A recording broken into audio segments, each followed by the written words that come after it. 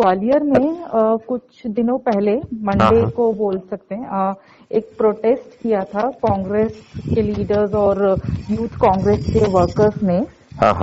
तो उसमें शिवराज सिंह चौहान की एफिजी पुतला वगैरह जला रहे थे विरोध प्रदर्शन के रूप में वो लोग। लेकिन तभी एक पुलिस वाले उसी बीच में शायद उनको रोकने आए और छीना झपटी हुई। तो उसमें एक एएसआई थे दीपक गौतम, वो उनको मतलब जल गए और बोल रहे कि उनको 45% बर्न इंजरीज हुई हैं। अभी शायद उनको सफदरजंग दिल्ली भी शिफ्ट किया गया। तो अभी के इसमें 6 लोगों को कस्टडी में लिया गया था, जिसमें 5 कांग्रेस लीडर्स भी हैं। और अभी उनके अगेंस्ट सेक्शन 307 लगा दी गई है। बिल्कुल ठीक लगाया गया है इसे अटेम्प्ट टू मर्डर। बिल्कुल ठीक। बट मेरा पॉइंट ये है जी, मेरा एक पॉइंट है कि विरोध प्रदर्शन करना तो मतलब देखिए, विरोध प्रदर्शन का आप विरोध प्रदर्शन किनारे करिए। आप नहीं, मेरा ये कहने का मतलब है कि विरोध प्रदर्शन में उन संभावनाओं को बाहर होना चाहिए जिसके तहत ऐसे हालात बने कि किसी की जान पे पड़ जाए। तो ये प्रदर्शनकारियों को ध्यान में रखना चाहिए था। And they should have been ready कि जो है ना उनके उससे जो है किसी को वो ना हो। मतलब basically they should be ready with the fire extinguisher etcetera. वो जो है ना उनके कृत्य से जो है किसी की जान खतरे में ना जाए, ये उनका वो होना चाहिए। आप उसको पॉलिटिकली मत देखिए, इस पॉलिटिकली के चक्कर में ही सब गड़बड़ हो गया है। सर मेरा सिर्फ एक सिंपल क्वेश्चन है, वही क्लैरिटी चाहती हूँ मैं। दो पॉइंट है। एक तो मेरा पॉइंट रहता है कि to protest is a constitutional right, and second is it right to put like Indian penal code के तहत 307 की धारा लगाना सही है या गलत है? It is not on protest, it is the ramification of the action taken during the protest. यदि प्रोटेस्ट के दौरान आप किसी को जो है ना आप उसके शासकीय कार्य में व्यवधान करने की कोशिश करेंगे तो 353 लगेगा। यदि किसी का मर्डर हो जाएगा तो 302 लगेगा। यदि अटेम्प्ट टू मर्डर हुआ है तो 307 लगेगा। तो बिल्कुल सख्त कार्रवाई और बहुत सख्त कार्रवाई होना चाहिए। हमें प्रोटेस्ट का तरीका ये नहीं होना चाहिए, हमारा प्रोटेस्ट का तरीका बहुत शालीनता पूर्वक होना चाहिए।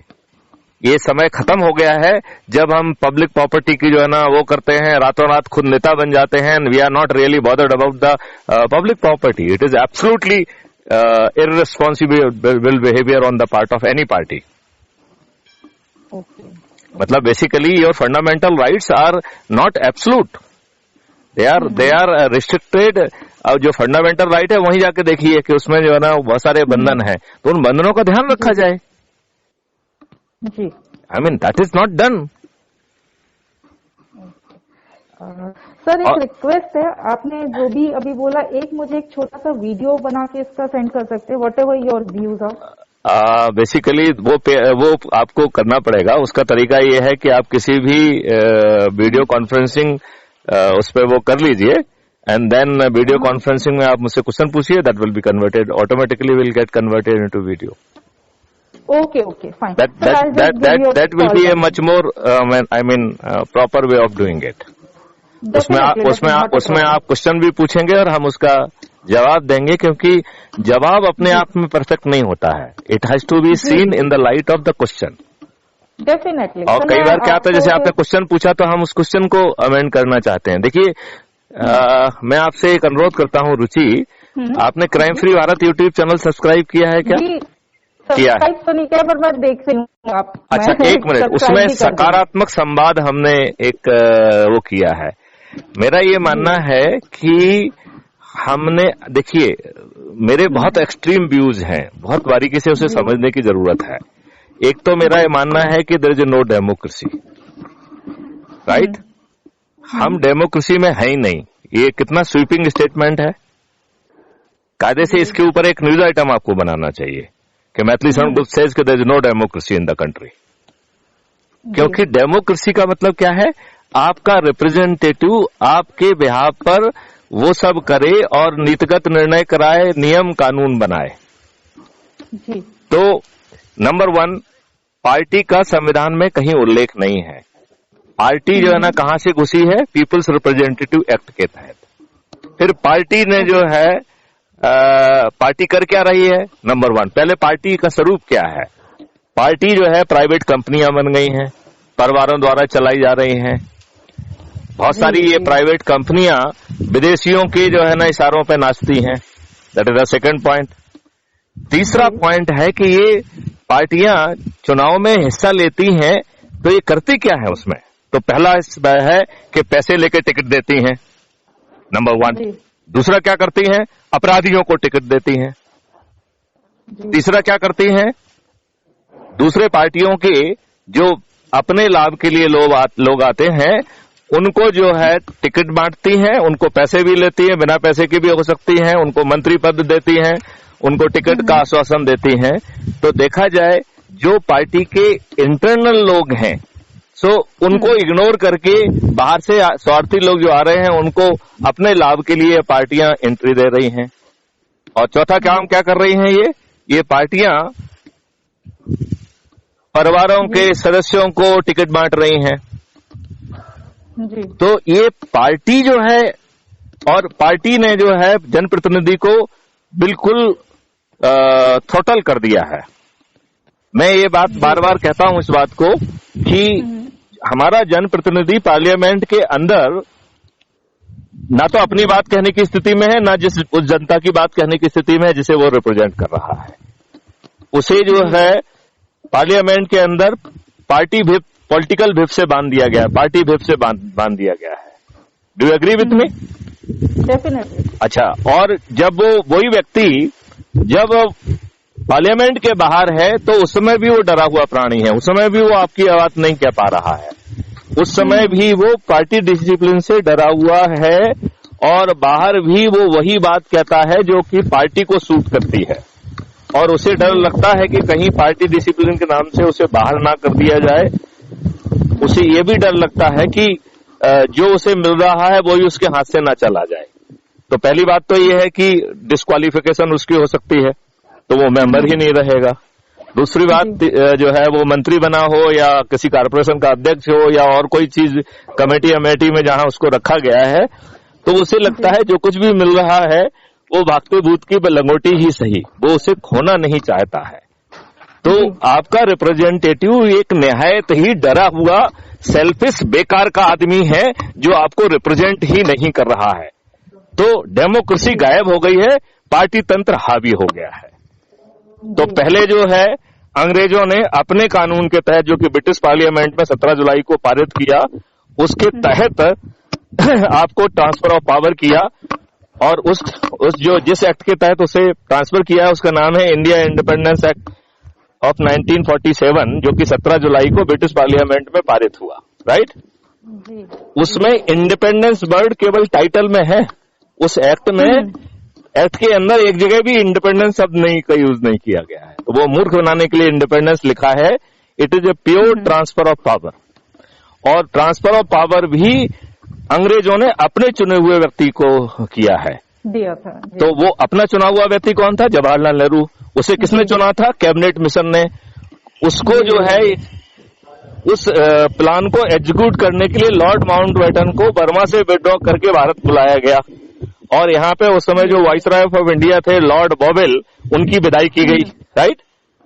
और एडमिरल लॉर्ड माउंटबेटन को विशेष तौर पे काम सौंपा गया कि आपको जो ना ये सब कराना है। और आप ये देखिए उन लोगों ने अपना काम कितनी खूबसूरती से किया कि आपकी वर्किंग कमेटी में जवाहरलाल नेहरू को एक भी वोट ना मिलने के बाद 12 वोट सरदार पटेल को मिले, 2 वोट कृपलानी को मिले, और 1 वोट शायद और किसी को मिला। तो 0 वोट मिलने के बावजूद भी देखिए अंग्रेजों की लीला कि उन्होंने फिर भी जो है ना जवाहरलाल नेहरू को प्रधानमंत्री बनाया। अब उस प्रधानमंत्री ने क्या किया? संविधान के साथ गड़बड़ की। उसने अंग्रेजों के द्वारा बनाए गए कानून, जो अंग्रेजों ने आपको अपमानित करने के लिए, आपका शोषण करने के लिए, आपके व्यवसाय को तोड़ने के लिए बनाए थे, उन सभी कानूनों को यथावत रखा। अंग्रेजों ने जो ब्यूरोक्रेसी बनाई थी वो लॉर्डशिप वाली ब्यूरोक्रेसी थी, जिसके सामने हिंदू जो भारतीय थे वो गुलाम थे, राइट? वो गुलामियत आपकी उन्होंने जारी रखी। तो फिर आप स्वतंत्र कहाँ हुए? क्या आज आपकी ब्यूरोक्रेसी आज भी लॉर्ड नहीं है क्या? Is it accountable? वो डिसीजन ले तो उसकी मर्जी, वो डिसीजन विलम्ब से ले तो उसकी मर्जी, डिसीजन गलत ले उसकी मर्जी, डिसीजन घूस खा के खाए वो उसकी मर्जी। अब मान रहे कि नहीं मान रहे हैं? और ये ड्रामा नाटक, पब्लिक प्रोटेस्ट, मुख्य इश्यू पे बातें करें, ये सब जो है ना ड्रामा नाटक करके जो है ना कोई नोबडी वांट टू डू जो है ना रियल वर्क। यदि रियल वर्क करते हैं तो जो है ना ये जो इन्होंने गलत कानून लाए हैं उन कानूनों को बदला जाए, उसके लिए कुछ काम करें।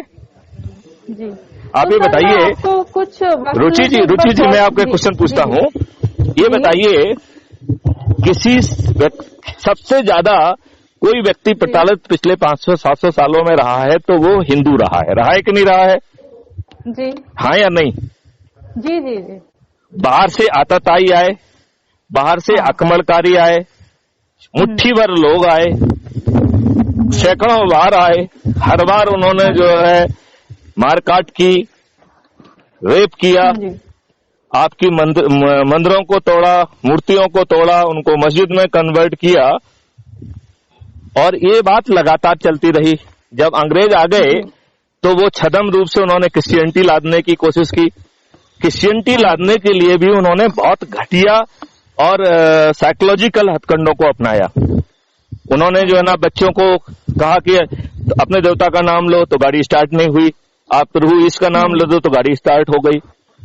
उन्होंने जो है प्रभु ईश की जो है वो लकड़ी की मूर्ति बना दी और बाकी आपके देवताओं की धातु की मूर्ति बनाई और बच्चों से कहा कि जाओ इनको तराओ, तो ऑब्वियसली धातु की मूर्ति डूब जाएगी। तो ऐसे ऐसे छदम जो है हथकंडे अपना करके आपका जो है बहुत बुरा हाल किया गया, आपको तोड़ा गया, आपको मरोड़ा गया, आपका जो है ना हत्याएं की गई, आपके साथ बलात्कार किया गया, आपके जो है ना मंदिरों के साथ तोड़फोड़ की गई। तो सबसे ज्यादा किसी को यदि आवश्यकता थी तो किसकी थी प्रोटेक्शन की थी? वो थी भारत को, वो थी हिंदुओं को, वो थी अब आप ये बताइए, आपने वर्शिप प्लेसेस एक्ट 1991 लेके आए, ये 8 सेक्शन का एक्ट है केवल। रुचि जी आपको मालूम है क्या ये? नहीं सर, मैं ये 8 सेक्शन का, आप गूगल पे सर्च करिए वर्शिप प्लेसेस एक्ट 1991। इसमें वो पहला 1-2 सेक्शन जो है ना वो डेफिनेशन में खत्म हो जाते हैं। चौथा सेक्शन कहता है कि no court shall take the cognizance of anything reported they are debarred from jurisdiction, right? तो उसमें केवल एक ही एग्जम्पशन था, वो था राम जन्मभूमि को। तो राम जन्मभूमि को छोड़ के अब कोई भी विवाद आप नहीं उठा सकते हैं। इसका मतलब है आताताई आए, उन्होंने आक्रमण किया, उन्होंने रेप किया, बलात्कार किया, लूटा, आपके मंदिरों मस्जिदों को तोड़ा। उस समय आप मजबूर थे, यदि आप डिफेंड करने की स्थिति में होते तो डिफेंड कर लेते, यदि उस समय आतताइयों को मारने की स्थिति में होते तो उनको उसी समय मार डालते। जो भी हालात रहे उस समय आप मजबूर थे, आपको वो सब कुछ सहना पड़ा। जब हम आजाद हैं तो ये 1991 कैसे हो सकता है? ये 1991 का जो वर्शिप प्लेसेस एक्ट है, इट इज एब्सोल्युटली इलीगल। ये मुझे ऐसा लगता है कि भारत माता से कहा जा रहा है कि रे माता जो आताताई आए थे, इन्होंने जो तेरे चेहरे पर तेजाब डाला है, तू इस गुलामों की माता है, तू ऐसे ही जी। आपको नहीं लगता है कि ये भारत माता गुलामों की माता है जिसे इसी तरीके से जीने के लिए मजबूर किया जा रहा है? अदरवाइज बताइए कि हमारे ही चुने लोगों की कैसे हिम्मत हुई कि उन्होंने ऐसा कानून जो है ना पार्लियामेंट में लेके आए? कैसे हिम्मत हुई उनकी? People are not that well read and aware, that is the. तो मैं ये कह रहा हूँ हम वेल रेड नहीं है, पार्टी ऊपर से बैठी हुई है, वो डेमोक्रेसी करने नहीं दे रही है। ये ड्रामा नाटक बंद करें ये पार्टी वाली। We should immediately bring the act कि there will be no party। Party जो है अपनी एडवोकेसी कर सकती है, लेकिन पार्टी के टिकट पे कोई नहीं लड़ेगा, पार्टी के सिंबल पे कोई नहीं लड़ेगा, पार्टी का कोई हित नहीं होगा। जो भी जो है ना इलेक्ट होगा, he is elected for the Bharat, he is elected for the government of India. Sir मैं आपको थोड़ा सा वक्त लेके जैसा मेरे पास बहुत ज्वलंत मुद्दे हैं रुचि जी, ये छोड़िए पुतले उतले जलाना, ये सब अपना नाटक नौटंकी कर रहे हैं। आपसे टाइम मांग ही रही हूँ एक बार के लिए, या तो आप ऑफिस आ देखिए रुचि जी, मैं आपको ये कह रहा हूँ, आप तो अपने जो है वहां पर जो है ना वो बनाइए, हम आपके स्टूडियो में आएंगे, डोंट वरी आप। डेफिनेटली आपको मेरे पास भटकने की जरूरत नहीं है, हम आपके पास पहुंचे। हाँ जी ठीक है सर। देखिए मैं आपसे ये कह रहा हूँ, ये छदम मुद्दे इनके पुतले जला रहे हैं, ये सब ड्रामा नौटंकी है, ये साले सब हमाम में नंगे हैं, ये नौटंकी कर रहे हैं इस भारत के साथ, ये मजाक कर रहे हैं भद्दा। ये जो भी हो रहा है ये सब शुद्ध नौटंकी है, और वो सभी पार्टियां नौटंकी कर रही हैं। जी जी। भारतीय मतदाताओं को मूर्ख बनाने की नौटंकी, और इन प्रकारेण अपनी सत्ता स्थापित करने की नौटंकी, अपनी सत्ता के लिए। मैं आपको एक बार कॉल करती हूँ। और नहीं रुचि जी, पहले तो ये बताइए आप मुझे, do you agree with me जो मैं कह रहा हूँ? Sir I agree with lot of things that you are saying, and तो मुझे लग रहा है कि देखिए मैं आपको जानते क्या सलाह दूंगा, मैं सलाह दूंगा कि पहले आप केवल मेरा इंटरव्यू करो, ठीक है ना, मेरे इंटरव्यू को फिर वायरल करो, और फिर पैनल का डिस्कशन करो कि मैथों को कह रहे हैं क्या गलत कह रहे हैं या सही कह रहे हैं। क्योंकि जानते क्या होता है, जो सही लगे। देखो रुचि जी, क्या हो रहा है, इनके पास पैसे हैं, ये आपकी चैनल को कंट्रोल करते हैं, ये डिक्टेट करते हैं कि क्या क्या चलेगा क्या नहीं चलेगा। Sir our channel don't go like that, we mostly do the investigative stories, that most of the time goes against the system. Ruchi देखो, let's not talk of the system, anti system against the system, let's talk nation. नहीं, हम ये कह रहे हैं, हम राष्ट्र की बात कर रहे हैं, राष्ट्र घूम रहा है, ये पार्टी राष्ट्र नहीं है। जी जी जी, ये पार्टी राष्ट्र नहीं है, राष्ट्र को खोजिए, राष्ट्र को बाहर निकालिए, और ये सब पार्टियां ड्रामा नौटंकी कर रही हैं, इन पार्टियों को एक्सपोज करने की जरूरत है। आप मेरे स्लोगन देखिए, मैंने उसमें कहा है पार्टी मुक्त, पार्टी विहीन राजतंत्र, प्रजातंत्र, क्योंकि पार्टी के साथ तो प्रजातंत्र हो नहीं सकता है। हमने उसमें कहा है कि खर्च विहीन चुनाव, आज की तुलना में वो 100 टाइम मोर ट्रांसपेरेंट होगा, और उसमें 100% वोटिंग भी होगी, ये मैं गारंटी ले रहा हूँ। ठीक है सर ठीक है सर, आप बताइए कब आप आ सकते हैं स्टूडियो, तो आप अपना लोकेशन और वो भेज दीजिए मुझे। और कहाँ पे है आपका स्टूडियो वगैरह? सर ये MP नगर में, जब आपने टाइम्स ऑफ इंडिया की बिल्डिंग देखी होगा या दैनिक भास्कर, मेरा ध्यान नहीं गया, एक काम करिए आप एड्रेस और अपने गूगल लोकेशन दे दीजिए मुझे, फिर मैं आपसे बात करके अपना टाइम स्लॉट आपको दे दूंगा। अभी 2-3-4 दिन मैं बिजी हूँ, उसके बाद जो है ना I will give you the many times. Basically what I feel कि डिबेट ही गलत हो रही है, debate are being control for the on the wrong thing. सही डिबेट करो पहले कि क्या हमें आजादी मिली है, नहीं मिली। There was a transfer of power to whom, not but the person selected by us, it is to the person who was selected by the English people। और यही कारण है कि उसने संविधान से लेके हर जगह आपका भट्टा बैठाया। आप मुझे बताइए, जहां आज जो पाकिस्तान है वहां मुस्लिम लीग की सरकार नहीं बनी थी, राइट? हाँ जी। उसको किसने पाकिस्तान और हिंदुस्तान की सीमा निर्धारित की? एक वकील था जिसका नाम तो रेड क्लिफ था, जिसने कभी भारत को ठीक ढंग से देखा भी नहीं था। उसने जो ना लाइन खींच दी टोपो सीट पे, उससे भारत पाकिस्तान बन गया। अब आपको क्या ये नहीं मालूम था, ये क्या दूध पीते बच्चे थे? नहीं, ये नहीं मालूम था कि जब जो है ये दो देश बढ़ेंगे तो बड़ी संख्या में मुसलमान हिंदुस्तान से पाकिस्तान जाएंगे। वो तो लकली जो है अधिकांश मुसलमान यहीं के यहीं रह गए जिन्होंने पाकिस्तान बनाने में भूमिका निभाई थी, लेकिन हिंदू तो लगभग सभी यहाँ पे आए। उनके साथ क्या मारकाट हुई, कैसे जो है ना उस हृदय विदारक सीन था। क्या हमारे इन नेता इतने ये बुद्धि के कमजोर लोग थे कि उन्हें अनुमान नहीं था कि सब ऐसा होगा? नहीं, आप मुझे बताइए, क्या उनको ये अनुमान लगाना मुश्किल था कि ऐसा होगा? सर्दी का समय था दिसंबर में, ये बेचारे जो है ना, इनको ना तो कोई रिसीव करने ना ठहरने की कोई व्यवस्था थी, तो ये लोग एक मस्जिद में घुस गए क्योंकि मस्जिद खाली पड़ी हुई थी। वहां के मुस्लिम जो है ना पाकिस्तान चले गए थे, तो हमारे पूजनीय बापूजी ने अनशन कर दिया कि इन हिंदुओं को मस्जिद से बाहर निकालो। स्लोगन दिया गया कि साहब हमारे मुस्लिम भाई वापस नहीं। देखिए, these are very important issues, यही कोर इश्यूज हैं। और इन्होंने तो बातें करेंगे आपसे जब भी मिलते हैं, जो आप बता रहे हैं उसी पे हम लोग डिस्कशन करेंगे मेरे ख्याल से अपन क्योंकि इतनी सारी चीजें हैं, कम समय में समेटी नहीं जा सकती हैं, तो हम उसमें एक सूची बनाए कि हम इन मुद्दों पे बात करें। आपको लगे तो वो मुद्दे मैं जो है ना बना के आपको दे सकता हूँ। ठीक है सर, आप मुझे व्हाट्सएप कर दीजिएगा, ठीक है ना? फिर हम लोग और आप मुझे जो है अपना एड्रेस और लोकेशन भेज दीजिए। एंड आई थिंक आपकी वीडियो उसमें करेंगे स्टूडियो में, तो उसकी क्वालिटी भी अच्छी आएगी, क्योंकि आपके इक्विपमेंट अच्छे होंगे, है ना? जी जी जी। तो ऐसा कर लेंगे। और रुचि जी, मेरी आपसे प्रार्थना है कि ये देश बहुत गुमराह हो चुका है, अब इसे किनारे लगाना है हमको। हम इस देश के, मेरे पास इतने डिस्कस करते हैं सारे मुद्दे जो भी आपने बोले। बिल्कुल, हम तो ये कह रहे हैं कि मेरे पास वो तरीका भी है कि हम इस देश को बिना सरकार के कैसे समृद्ध बनाएंगे। जी ठीक है, वो भी बिना सरकार के। Okay sir. तो ये तो फिर आप, मेरे पास तो फिर हर चीज का समाधान है ना। जी सर, ठीक है, फिर अब मिलते हैं तो फिर सारी चीजों पर जरूर रुचि जी, जरूर रुचि जी। आपको जो मुख्य बिंदु है उसका जवाब मिल गया था? जी सर, बिल्कुल बिल्कुल मिल गया। जी जी जी, थैंक यू, नमस्कार।